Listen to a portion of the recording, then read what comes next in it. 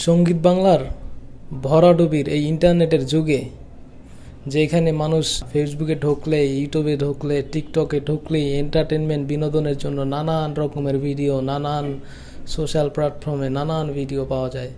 সেই ইন্টারনেটের যুগে সঙ্গীত বাংলা, যেটা এক সময়ের নস্টালজি আমাদের ছোটোবেলায় বা আমরা যেই জেনারেশনে বড় হয়েছি তাদের কাছে সঙ্গীত বাংলা একটা আবেগের নাম, একটা ইমোশনের নাম।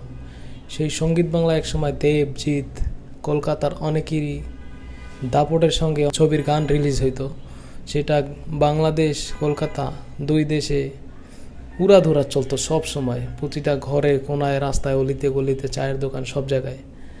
সেই সঙ্গীত বাংলার এই 2024 সালের ভরাডুবি এই ইউটিউবের যুগে মানুষ কত সোশ্যাল প্ল্যাটফর্ম, ইউটিউব আছে, ফেসবুক আছে, টিকটক আছে, তারপর ইউটিউবের শর্টস, মানুষের আনন্দ বিনোদনের মাধ্যমের কোনো অভাবই নাই। সেখানে মানুষ কেন এই টিভি খুলে, এখন টিভি দেখেই না মানুষ ধরতে গেলে, খুব কম মানুষের কম বাসায় আছে। এখন তো চায়ের দোকানে, হোটেল রেস্টুরেন্টেও এরকম টিভি দেখে না, মানুষ খেতে যায়, খেয়ে ওটা চলে আসে, কারণ হাতে হাতে মোবাইল, ইন্টারনেট, অ্যান্ড্রয়েড স্মার্টফোন।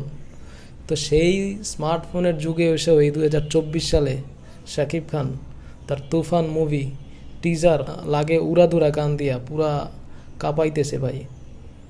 মানে এই মহেন্দ্র সোনি, এই তুফান মুভির কলকাতা অংশের যে প্রযোজক, ঠিক আছে, মহেন্দ্র সোনি, সে তার ফেসবুক পেজে জানাইছে একটা স্ট্যাটাস দিয়ে যে সঙ্গীত বাংলার টিআরপি এইখান থেকে এইখানে উপরে উঠে গেছে, ঠিক আছে। মানে যেই সঙ্গীত বাংলা কেউ দেখতো না, সেই সঙ্গীত বাংলা এখন টিআরপি এমন পর্যায়ে চলে গেছে, মানে সে তার এই ভরাডুবির যুগেও সে একটা থই থই অবস্থা, মরা গাঙ্গে জোয়ার আসে, এরকম একটা অবস্থা আর কি। তো শাকিব খান যে ভাই গ্লোবাল মেগাস্টার, এটা বলার তো এটা নিয়ে কোনো প্রশ্নই রাখার কোনো এখনো সুযোগ নাই। কারণ তার এই লাগে উড়াদুরা গান বা এই তুফান মুভির টিজার বা এই লাগে উড়াদুরা গানের যেই পরিমাণে রিয়াকশন ইন্ডিয়া, বাংলাদেশ, পাকিস্তান, এর সারা বহির্বিশ্বে, কালকে দেখলাম অস্ট্রেলিয়ান ইউটিউবার, তারপরে ব্রিটিশ, মানে পুরো ছেয়ে গেছে ভাই দুনিয়া ভরে বিভিন্ন জায়গায়। তারা নিয়ে ভিডিও ক্যান করে, কারণ তার ভিডিওতে ভিউ আসে।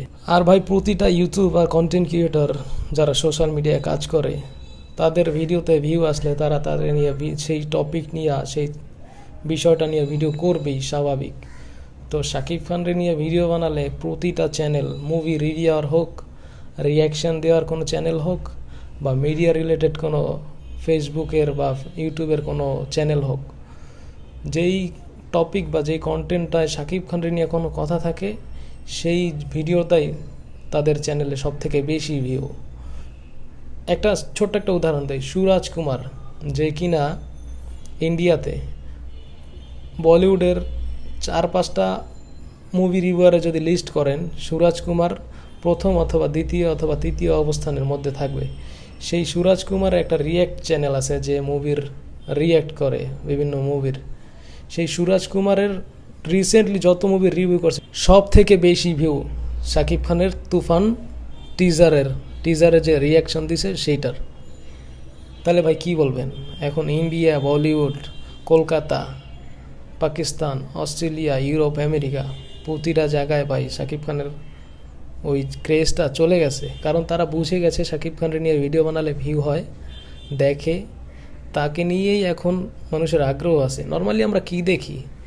মেয়ে রিলেটেড বা কোনো হিরোইন রিলেটেড কন্টেন্ট মানুষ দেখতে চায়, কারণ একটা মেয়ে, তার সৌন্দর্য আছে, তারে দেখতে চায় মানুষ, দেখলে মজা পায় বা আনন্দ বিনোদন যাই হোক।